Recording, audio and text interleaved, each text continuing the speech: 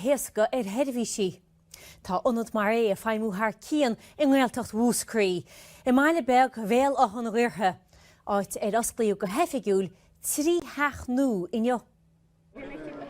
Meastar go bhfuil beagnach milliún duine a 65 bliain d'aois núní sinne ag mreachtain sa tír faoi Laoire.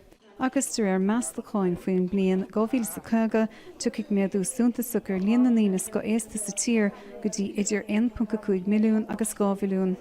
Ach chuna sa dhéan for freastal ar ghainras go éasta a tháinig méadú. Is cosúil go bhfuil freagran na ceiste sin ag muintear bhil á an gléirigh i ngáilteach fúscrí. Tá ochtar chun na hóirí ag marachtáil is sé bungalow thart timpeall anad phobal chun mhara. Áit go bhfuil anad cuairim leanaí lonathe leis le réimse forleathan servísí ar fáil. Tá servísí difriúil a gingin sa nach bheochan sa mar a bheochan an suíomh a gingin sa agus mar sin de fé mar a tá gróigar a gingin sa, tá sharapalist a gingin sa, beautician, bíon cartaí is tíhan i rahim géiraigh. Bíon yoga going, bíon pilates a going, agus gachéan rud mar sin.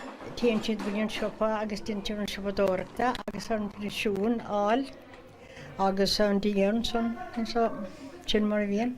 Tá anna chuid servicí tar scoil an sadas na páistí, so os na ní ná sús go fada le ran go sé bín servicí an sa níag scoile, bín rangan an san ar maidin de mát an sadas na tiisiimthirí agus leis na páistí an ógar fad, s féile búla an sa maidin de mát copánte goiling an leirteachs na cúpla focail le peocha suas.